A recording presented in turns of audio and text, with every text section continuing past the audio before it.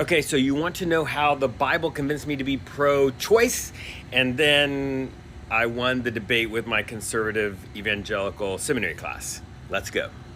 Yeah, that video is going viral, and a lot of you have asked for the details, and I am more than happy to give them to you. So you've got to realize one of the things, all of the passages that people deal with in regards to this are in the Old Testament. And some Christians want to say the Old Testament doesn't apply anymore. But if you are an actual Christian, and I know not everybody is, but if you are, you can't do that. That's something called supersessionism. You can Google that. But you can't just dismiss the Old Testament. The whole Bible is your ancient spiritual text. You've got to deal with what's in there. Also, I think it's important to say that pro-life really is a modern political term. And my personal perspective is God is not on either side of any modern political debate. That's politics, and you're not going to find that directly talked about in ancient scriptures. But there are principles that people use to guide their life and their perspective in those scriptures, and that's really what we're talking about. That's to say that God isn't pro-choice or pro-life. That's an important thing. God isn't either one.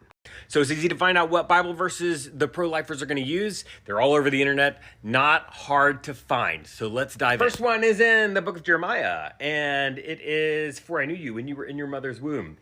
This is a really interesting thing because it sounds like God's talking about knowing someone, but let's just be clear. This is not talking about biology. This is not talking about when life began. This is talking about the prophet Jeremiah, and it's trying to tell you about who he was, which is that at his core essence, he was a prophet, and that was from the beginning of time. He is the prophet, a prophet of prophet. That's what that means. Has nothing to do with biology. Has nothing to do with abortion. Psalm 139, that's another one. I knit you together in your mother's womb. That's what it says in the book of Psalms. But book of Psalms is actually poetry. Now, poetry is important. It can be instructive. It can help us understand things, but poetry is not science. And it's not talking about biology. It's not trying to give you an argument or a biological or scientific explanation of when life begins or anything like that. It's not talking about abortion. It's not talking about science. It's not talking about biology. It's talking about something really important in Christian theology. It's actually talking about the image of God, which says that the core of all of us is good and that the center of us is good because God created us. And I don't believe God created us in some sort of like magical way. That happens by biology, which this is not talking about. So it's important. It's poetic. It's figurative. Don't try to get science out of poetry. It's not going to work out. And it's ultimately the core meaning of it. The core thrust of that psalm isn't really talking about any of this either. The other one that people like to pull out is Exodus. Oh yeah.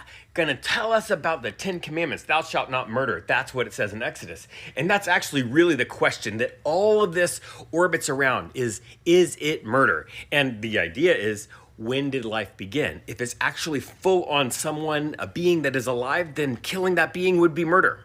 Which is when you have a really hard time with the scripture, because in the rest of the scripture, a baby inside a mother's womb is actually not treated that way. So we have the account that is happening here in Numbers chapter 5, the end of Numbers chapter 5, where it says if a woman is suspected of being unfaithful, that she comes together, there is a mixture made by the priest.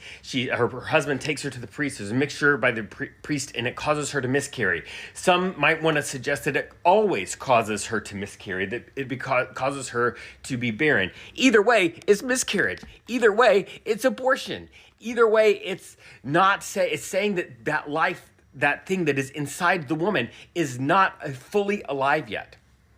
Then there's a time that if somebody like hits a woman or hurts a woman, and the fetus inside her dies, that fetus is actually not treated as a life in legal terms in the Old Testament. It's treated as property, and so they have to be paid.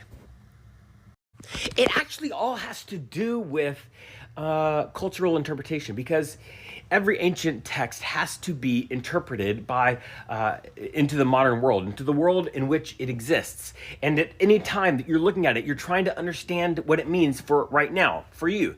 And that's what they did throughout the Bible. And for a very long time, the way that they did that was to say that it was the ruach, it was the breath, it was the first time that you breathed. Whenever the breath entered the lungs, that was when the being was alive. So it really wasn't until a baby was born. A little bit later, there was something called the quickening. The first time a mom could feel the baby move. And they said, well, you know what? Maybe that's it. Maybe it's when that baby moves. And maybe that baby is alive then. And then that kind of fell out of fashion. There's a great video by Dan McClellan. You should totally watch it. He's super smart, way smarter than me.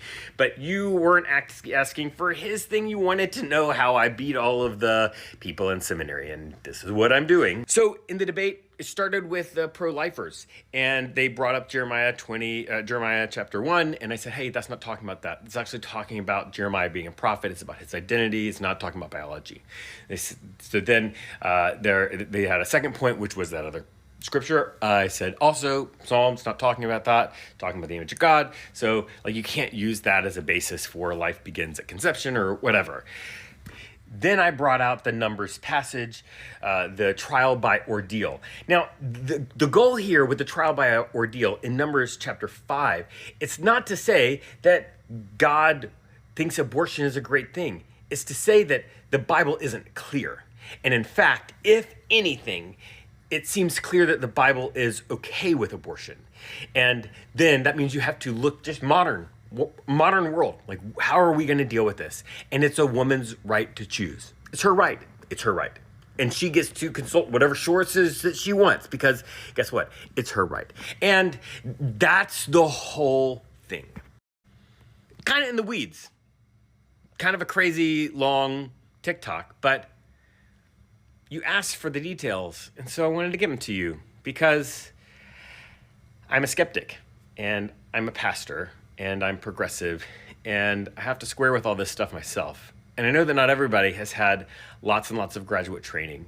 I know that not everybody has the time to like dive in deep to all this stuff and figure it all out. And so this is me, just trying to help you out.